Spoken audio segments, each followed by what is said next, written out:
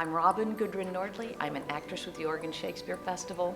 This is my 20th season here, and I was chosen to participate from the Oregon Shakespeare Festival as part of the Lunt-Fontanne Fellowship, which chooses 10 actors from around the country in various theaters, nominated by their home theater.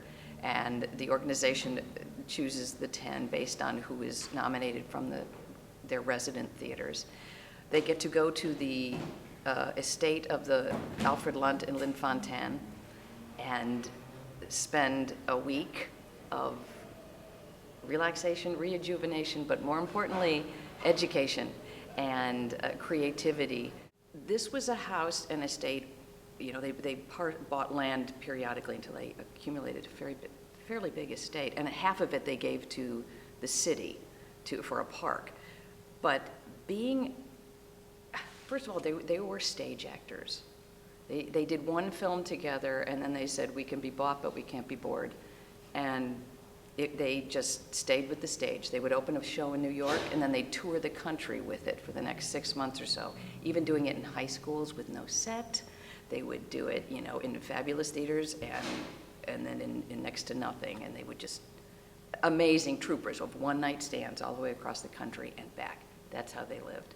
And then they'd have a big fancy opening in New York of another play, go to London, work there for a while, but always take things on tour all over the country so that everybody could see. They brought theater to everybody. So you had that New York experience all over the country. And this house was their escape. This estate was, you know, where they went to rest in the summer. You know, if they had a month or two off or 6 weeks, or they would go there to rejuvenate. They had a studio where they rehearsed plays sometimes, or where playwrights would come while they wrote plays.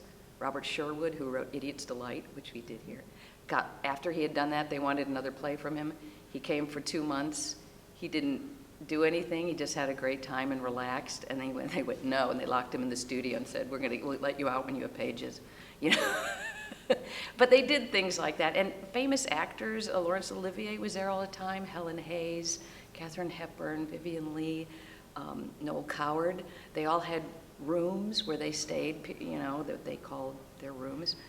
But they would come and relax and retreat in an environment that was nothing like what they had to do on the outside to rejuvenate. And this is about, the Ten Chimneys program is about taking actors who have worked consistently for a long period of time and are at a point in their career where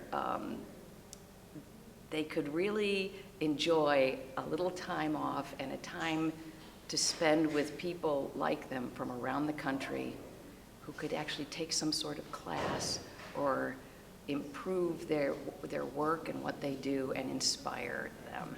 And that's exactly what it was. It was, even though we were busy, you know, 24 hours a day, it was rejuvenating and relaxing in a weird way and creative. And it was about staying curious. Alan Alda was the leader of it.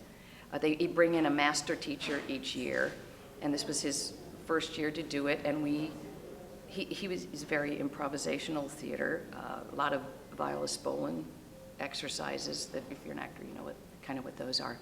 But basically improvisationally based, and how to use that in not only in our lives, but definitely in the stage work that we do, and how we can make our stage work that we do deeper, more creative, more specific, and freer.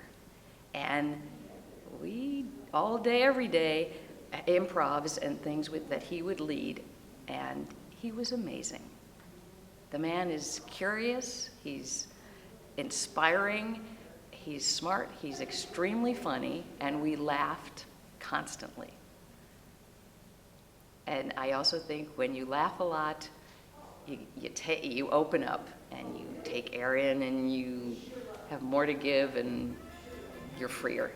And it was like that. He was amazing.